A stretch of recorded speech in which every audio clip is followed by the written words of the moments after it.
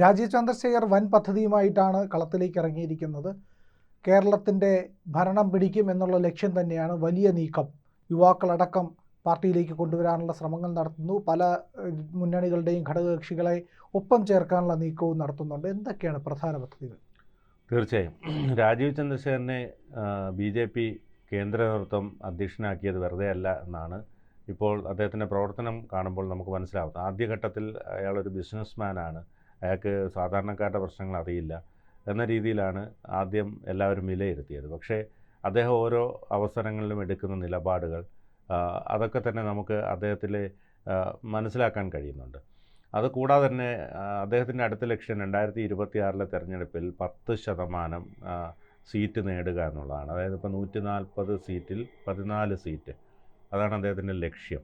അതിപ്പോൾ തൃശ്ശൂരടക്കം തിരുവനന്തപുരം അടക്കം അങ്ങനെ കുറേ അദ്ദേഹത്തിന് കണ്ടുവച്ചിട്ടുള്ള പല ഇപ്പോൾ നിയമസഭാ മണ്ഡലങ്ങളുണ്ട്. ഇപ്പോൾ ലോക്സഭാ മണ്ഡലങ്ങൾ BJP ഒന്നാം സ്ഥാനത്ത് വന്ന നിയമസഭാ മണ്ഡലങ്ങൾ പലതും ഉണ്ടല്ലോ. അപ്പോൾ സ്വാഭാവികമായിട്ട് തൃശ്ശൂർ തന്നെ കുറേയേറെ ഉണ്ട്, നേമത്തുണ്ട്. അങ്ങനെ കണക്ക് കൂട്ടുമ്പോൾ 14 സീറ്റ് എന്നുള്ള ഒരു ലക്ഷ്യത്തിലേക്കാണ് അദ്ദേഹം നോക്കുന്നത്. ഒരു 10 സീറ്റെങ്കിലും നേടണമെന്നുള്ള ലക്ഷ്യത്തോടു കൂടിയാണ് മുന്നോട്ട് പോകുന്നത്.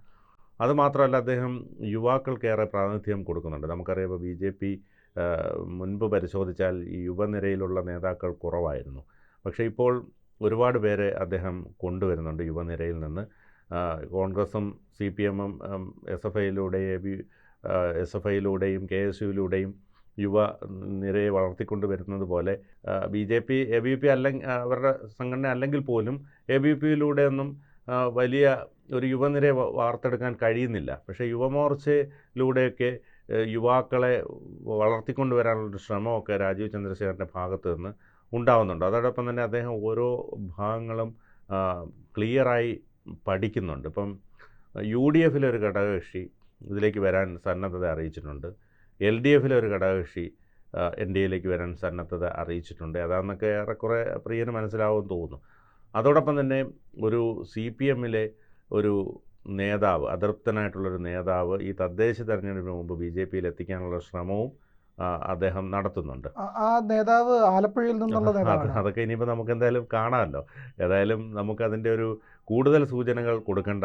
കാരണം അതൊക്കെ അതിൻ്റെ ഒരു ഔദ്യോഗികമായ പ്രഖ്യാപനങ്ങൾ വന്നതിന് ശേഷം വരുന്നതായിരിക്കും നല്ലത്. ഏതായാലും രാജീവ് ചന്ദ്രശേഖരൻ്റെ പദ്ധതികൾ ഏറെക്കുറെ വിജയിക്കുന്നുവെന്ന് തന്നെ പറയേണ്ടി വരും. കാരണം അദ്ദേഹം ഒരു ബിസിനസ്മാനാണ്. നഷ്ടത്തിലോടുന്ന കമ്പനികളെ ലാഭത്തിലാക്കുക എന്നുള്ള ഒരു ലക്ഷ്യമാണ് അദ്ദേഹം മുന്നോട്ട് വയ്ക്കുന്നത്. BJPയെ സംബന്ധിച്ചിടത്തോളം കേരളത്തിൽ നഷ്ടത്തിലോടുന്ന കമ്പനിയാണല്ലോ. അപ്പോൾ അത് ലാഭത്തിൽ കൊണ്ടുവരാൻ അദ്ദേഹത്തിൻ്റെ ബിസിനസ് മൈൻഡ് ഉപകാരപ്പെടും. അപ്പോൾ അത് അദ്ദേഹം വേണ്ട വിധത്തിൽ വിനിയോഗിക്കുമെന്നാണ് മനസ്സിലാക്കാൻ കഴിയുന്നത്. കേന്ദ്ര നേതൃത്വം അദ്ദേഹത്തെ തിരുവനന്തപുരത്ത് നിർത്തിയത് ജയിച്ചാൽ ഒരു മന്ത്രിസ്ഥാനം കൊടുക്കാനായിരുന്നു.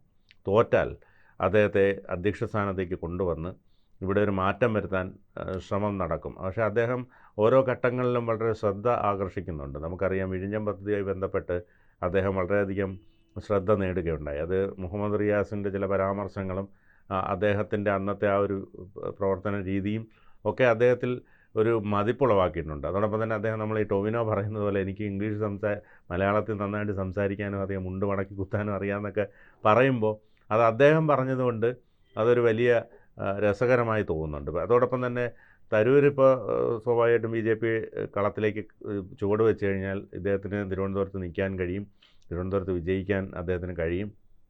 അതുകൂടാതെ തന്നെ തദ്ദേശ സ്വയംഭരണ തെരഞ്ഞെടുപ്പിൽ BJPക്ക് തിരുവനന്തപുരം കോർപ്പറേഷൻ ഭരിക്കാൻ ഇത്തവണ കഴിയും. അതിനുള്ള ശ്രമങ്ങളാണ് അദ്ദേഹം നടത്തുന്നതാണ് അദ്ദേഹം പറഞ്ഞത്.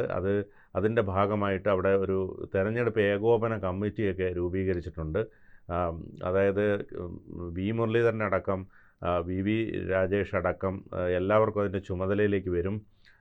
അതുകൊണ്ട് തന്നെ വളരെ ശക്തമായ രീതിയിലുള്ള ഒരു കേഡർ സംവിധാനത്തോടു കൂടി തന്നെ അവിടെ ഇപ്പോഴുള്ള 37 സീറ്റ് എന്നുള്ളത് 50 സീറ്റിലേക്ക് എത്തിക്കാൻ BJPക്ക് നിഷ്പ്രയാസം കഴിയും. കാരണം കഴിഞ്ഞ തവണ വിജയിച്ച 35 സീറ്റിലല്ല ഇത്തവണ 37 സീറ്റ് വിജയിച്ചിരിക്കുന്നത്. അതുകൊണ്ട് ഒരു 70ഓളം സീറ്റുകൾ BJP വിജയിച്ചതാണെന്ന് കൗൺസിലുകൾ വിജയിച്ചതാണ്. അതുകൊണ്ട് തന്നെ സ്വാഭാവികം ആ 70 സീറ്റിൽ ഒരു 50 എണ്ണം പിടിക്കാൻ BJPയെ സംബന്ധിച്ചിടത്തോളം അത്ര പാടുള്ള കാര്യമല്ല. പ്രത്യേകിച്ച് കോൺഗ്രസ് അവിടെ 3-ാം സ്ഥാനത്തേക്കാണ് പോയിക്കൊണ്ടിരിക്കുന്നത്. 9 സീറ്റോ മറ്റോ ഉണ്ട്. 100 സീറ്റുള്ളതിൽ 9 സീറ്റോ മറ്റോ 10-ൽ താഴെ സീറ്റുകൾ മാത്രമാണ് അവിടെ UDF-നുള്ളത്. അതുകൊണ്ട് തന്നെ LDF-ൻ്റെ ഭരണവിരുദ്ധ വികാരവും അതോടൊപ്പം തന്നെ മേയറുടെ പക്വതയില്ലായ്മയും ഒക്കെ വലിയ രീതിയിൽ അവിടെ ഫലിച്ചിട്ടുണ്ട്. അതുകൊണ്ട് തിരുവനന്തപുരം കോർപ്പറേഷൻ പിടിക്കുക, അവിടെ ഒരു മേയറായി BJPയുടെ ഒരാൾ വരിക എന്നുള്ളതാണ് ആദ്യ ലക്ഷ്യം. അതിനുള്ള ശ്രമങ്ങളാണ്. അതോടൊപ്പം തന്നെ അദ്ദേഹം ഈ നിലമ്പൂർ എടുത്തൊരു നിലപാടുമുണ്ട്. നിലമ്പൂർ ഈ പറഞ്ഞതുപോലെ BJP വെറുതെ പൈസ ഒരുപാട് മുടക്കി ചെയ്യേണ്ട കാര്യമില്ലെന്ന് അദ്ദേഹത്തിന് മനസ്സിലായതിൻ്റെ അടിസ്ഥാനത്തിലാണ് അവിടെ ഇത്തരത്തിലൊരു സ്ഥാനാർത്ഥിയെ, അതായത് ഒരു മത്സരം കാഴ്ചവെക്കാതിരിക്കാൻ കഴിയില്ലല്ലോ. സ്വാഭാവികമായിട്ടും സ്ഥാനാർത്ഥി നിർത്താതിരുന്നാൽ അത് പിന്നെ അഡ്ജസ്റ്റ്മെൻ്റ് ആണെന്ന് പറയും. അതുകൊണ്ട് തന്നെയാണ് അദ്ദേഹം ഒരു ക്രിസ്ത്യൻ സ്ഥാനാർത്ഥി അവിടെ കൊണ്ട് നിർത്തി. കാരണം 12% ചെലവ് കുറഞ്ഞ രീതിയിൽ തെരഞ്ഞെടുപ്പ് പ്രചാരണവും നടത്തുന്നുണ്ട്. 12% ക്രിസ്ത്യൻ വോട്ടുണ്ട്. അത് ചിലപ്പോൾ ഒരുപക്ഷെ അദ്ദേഹത്തിന് കിട്ടിയേക്കാം. BJPയുടെ ഒരു ശക്തി തെളിയിക്കുക, ശക്തി എന്ന് ഉദ്ദേശിച്ചത് ആ ഒരു മണ്ഡലത്തിൽ ഇത്രയധികം വോട്ട് പിടിച്ചു എന്ന് പറയാൻ ഒരുപക്ഷെ ഒരു ക്രിസ്ത്യൻ സ്ഥാനാർത്ഥി അദ്ദേഹത്തിൻ്റെ ഒരു തീരുമാനമായിരുന്നു. അപ്പോൾ അങ്ങനെയൊക്കെയുള്ള തീരുമാനങ്ങൾ എടുക്കുന്നതിൽ ഒരു മികച്ച ഒരു വ്യക്തിയെന്ന് നമുക്ക് അദ്ദേഹത്തെ പറയാൻ കഴിയും. കാരണം നമുക്കറിയാം, ഈ സുരേന്ദ്രനെ പോലെയൊക്കെയുള്ള നേതാക്കൾ ഈ ജനങ്ങൾക്കിടയിൽ, അതായത് താഴെ തട്ടിലുള്ള പ്രവർത്തകർക്കിടയിൽ ആവേശം ജനിപ്പിക്കുന്ന ഒരു കരിഷ്മയുള്ള നേതാവാണ് സുരേന്ദ്രനും ശോഭ സുരേന്ദ്രനെ പോലെയൊക്കെ ഉള്ളവർ. അതോടൊപ്പം തന്നെ കുമ്മനം വളരെ ജനകീയനായിരുന്നു. അപ്പോൾ അത് കഴിഞ്ഞിട്ടൊരു ബിസിനസ് മാൻ വരുമ്പോൾ നമ്മൾ സ്വാഭാവികമായും അണികൾക്കിടയിൽ ഒരു സംശയം ഉണ്ടായിരുന്നു, അദ്ദേഹത്തിന് എങ്ങനെ നമ്മളുടെ ഇടയിലേക്ക് വന്ന് പ്രവർത്തിക്കാൻ കഴിയും, നമ്മളിൽ ഒരാളാവാൻ അദ്ദേഹത്തിന് കഴിയുമോ, അദ്ദേഹം ഒരു പണക്കാരനല്ലേ എന്നൊക്കെ ഉള്ളൊരു തോന്നൽ പലർക്കും ഉണ്ടായിരുന്നു. പക്ഷേ അദ്ദേഹം ഓരോരുത്തരുടെ ഇടയിൽ ഇറങ്ങുമ്പോഴും അദ്ദേഹത്തിൻ്റെ സംഭാഷണവും പ്രസംഗവും ഒക്കെ കാണുമ്പോൾ അദ്ദേഹം പെട്ടെന്ന് ബിസിനസ് മാനിൽ നിന്ന് രൂപാന്തരം പ്രാപിച്ച് ഒരു രാഷ്ട്രീയക്കാരനായി മാറുന്ന കാഴ്ചയും നമ്മൾ കണ്ടുകൊണ്ടിരിക്കുകയാണ്. പ്രിയൻ എന്ത് തോന്നുന്നു? അതായത് വലിയ ലക്ഷ്യബോധമുള്ള ഒരു മനുഷ്യനാണ് രാജീവ് ചന്ദ്രശേഖർ എന്ന് പറയുന്നത്. അദ്ദേഹത്തിൻ്റെ ദീർഘവീക്ഷണം, കൃത്യമായിട്ടുള്ള അനലിറ്റിക്കലായിട്ട് എല്ലാത്തിനെയും പഠിക്കാനുള്ള ഒരു ശേഷി, ഇതെല്ലാം തന്നെ കൃത്യമായിട്ട് കേരളത്തിനെ നയിക്കാൻ. ഞാനൊരു കാര്യം പറയട്ടെ, കേരളം ഈ പറയുന്ന രാഷ്ട്രീയക്കാരുടെ വിടുവാകൾക്ക് ഉള്ള സ്ഥലമല്ല. അപ്പോൾ രാജീവ് ചന്ദ്രശേഖരെ പോലെ കേപ്പബിലിറ്റി ഉള്ള ഒരു മനുഷ്യൻ വരുമ്പോൾ ഉണ്ടാകുന്ന മാറ്റം എന്ന് പറഞ്ഞു കഴിഞ്ഞാൽ ഈ രാഷ്ട്രീയ കോമരങ്ങളെല്ലാം ഒഴിവായി പോകും. കാരണം ഇവർക്കൊന്നും കണ്ടന്റ് ഇല്ല എന്നുള്ളതാണ് പ്രശ്നം. അപ്പോൾ കണ്ടന്റ് ഉള്ള ഒരു മനുഷ്യനായിട്ട് രാജീവ് ചന്ദ്രശേഖർ വരുന്നു. വെറുതെ രാഷ്ട്രീയം കളിക്കുകയല്ല ചെയ്യുന്നത്, ജനങ്ങളുടെ പ്രശ്നങ്ങൾ അഭിസംബോധന ചെയ്യുകയാണ് ചെയ്യുന്നത്, വിദ്യാർത്ഥികളുടെ പ്രശ്നം. അതായത് അദ്ദേഹം വളരെ ദീർഘവീക്ഷണമുള്ള മനുഷ്യനാണ്.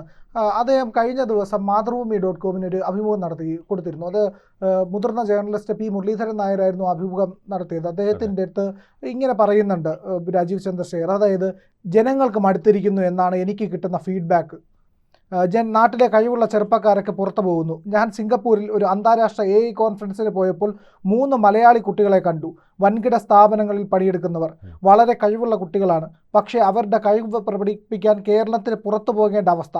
ഒരു മാറ്റം വരണം. മറ്റ് സംസ്ഥാനങ്ങളിലെ കുട്ടികൾക്ക് കിട്ടുന്ന അവസരം തങ്ങൾക്കും കിട്ടണം, തങ്ങൾക്കും വിജയിക്കണം എന്നവർ ആഗ്രഹിക്കുന്നു. ആ മാറ്റം കൊണ്ടുവരാൻ BJPക്ക് മാത്രമേ കഴിയൂ എന്ന് ജനങ്ങൾ വിശ്വസിക്കാൻ തുടങ്ങിയിരിക്കുന്നു.